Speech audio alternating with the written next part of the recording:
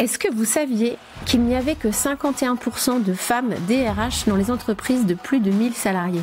C'est ce qui est ressorti d'une enquête publiée cette année par Fox RH. C'est assez surprenant quand on sait que la fonction RH compte environ 80% de femmes. Donc aujourd'hui, dans cette vidéo, j'aimerais essayer de comprendre pourquoi il y a si peu de femmes au poste de DRH alors que la fonction est très féminisée. Alors pour traiter cette question, j'ai invité Marie Thieffry qui est actuellement DRH chez Nickel et qui va nous partager un peu son expérience et sa vision sur cette question.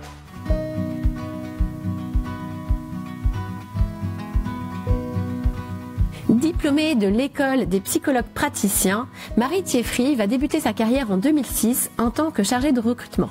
Elle va ensuite évoluer vers des postes de chef de projet RH et chargée de relations sociales. Elle va rejoindre le groupe Nickel en 2019 en tant que responsable RH. Marie Thieffry est promue directrice des ressources humaines de la FinTech Nickel en 2021. Moi, c'est Julie du cabinet Essentiel. Je suis coach professionnel accrédité ICF et praticienne Soul Coaching certifiée. J'accompagne les personnes hypersensibles et les femmes RH à prendre confiance en elles et à se sentir bien dans leur vie pro et perso. Bonjour Marie, et merci d'avoir accepté de partager ta vision et ton expérience sur ce sujet. À ton avis, pourquoi il y a si peu de femmes au poste de DRH alors qu'elles sont si nombreuses dans la fonction? Bonjour Julie, et merci beaucoup de m'interroger pour ce sujet. Je commencerai par une note positive. Déjà, c'est que la fonction RH est quasiment systématiquement toujours représentée au niveau des comités de direction. Et la deuxième, c'est que 50% sont des femmes. On peut maintenant s'interroger légitimement sur la faible représentativité des femmes versus le nombre de collaboratrices dans cette filière, puisque tu as évoqué 80% de collaboratrices au sein de la filière RH. Et à ça, j'aimerais répondre peut-être par deux axes d'analyse. Le premier, c'est tout simplement les femmes au poste de direction, puisqu'avant d'être un poste RH, c'est avant tout un poste de direction. Et donc là, on a énormément d'études de sociologie, de management, qui mettent en avant à quel point pour les femmes, ça peut être des fois plus compliqué, soit de lever la main, soit d'avoir des sponsors, soit des rôles modèles, soit tout simplement l'envie d'occuper ce type de fonction, et je pense que c'est un axe important dans l'étude, et ça pourrait même faire l'objet d'une vidéo en tant que telle. Pour moi, le deuxième axe, c'est aussi les différentes matières au sein de la filière RH.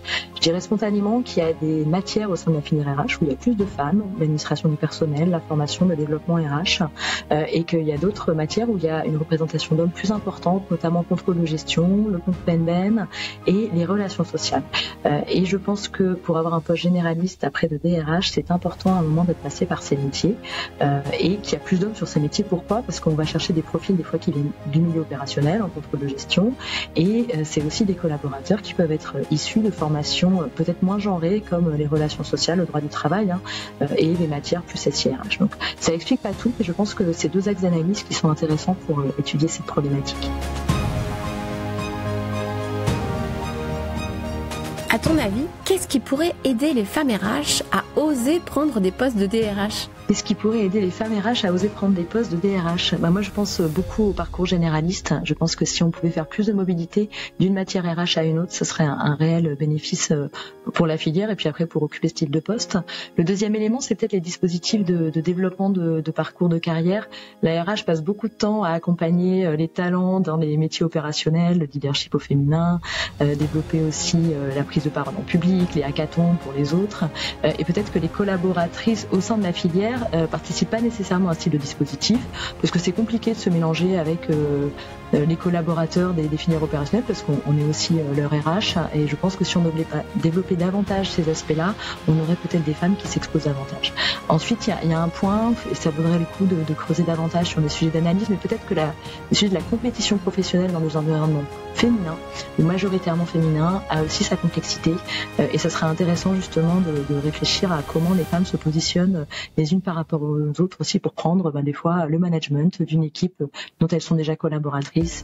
Peut-être que c'est des sujets qui sont plus évidents dans un environnement masculin. Lorsqu'on t'a proposé le poste de DRH, tu as hésité. Est-ce que tu peux nous dire pourquoi? Et qu'est-ce qui t'a donné finalement envie d'accepter? Le poste m'a été proposé il y a 2 ans, donc j'avais un parcours très généraliste. J'avais fait du recrutement, j'avais fait du contrôle de gestion sociale et beaucoup de relations sociales aussi. C'est une matière que je pense très importante pour occuper un poste de DRH. Et donc avec ce parcours généraliste, on m'a proposé le poste de DRH.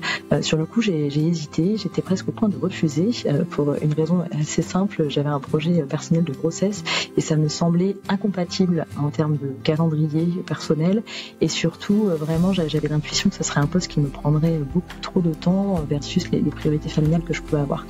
J'ai eu énormément de chance à l'époque d'avoir un manager qui a entendu toutes mes réserves sans remettre en question les compétences.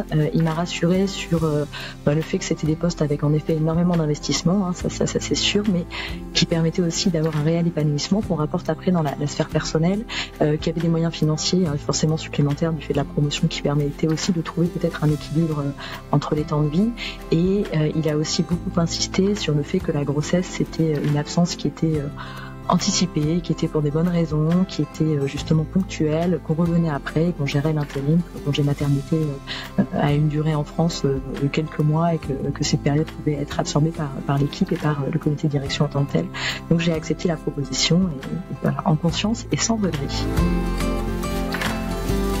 Et quel conseil tu donnerais aux femmes RH justement qui hésitent à prendre un poste de DRH? Je pense que si vous avez des compétences robustes, que vous avez un parcours que vous avez pu développer soit de façon très généraliste, soit au contraire avec une expertise spécifique, que vous avez une forte capacité de travail et d'engagement et surtout que vous vous reconnaissez dans les valeurs portées par la direction et l'organisation dans laquelle vous êtes, levez la main, faites-vous connaître, préparez votre projet et puis si on vous propose le rôle, allez-y, vous y trouverez beaucoup de satisfaction. Et voilà, nous avons terminé pour cette vidéo. Je remercie encore Marie d'avoir partagé sa vision, son expérience sur ce sujet. J'espère vraiment que cette vidéo va vous aider. Je vais vous mettre aussi le lien vers son profil LinkedIn en description de cette vidéo. Et si vous manquez de confiance en vous, je peux vous accompagner via mon programme Osez vous révéler. Donc n'hésitez pas à prendre rendez-vous. Je vous mets aussi le lien en description de cette vidéo. Vous pouvez aussi me suivre sur les réseaux sociaux, Instagram, Facebook et LinkedIn. Je vous souhaite une très belle semaine et je vous dis à bientôt.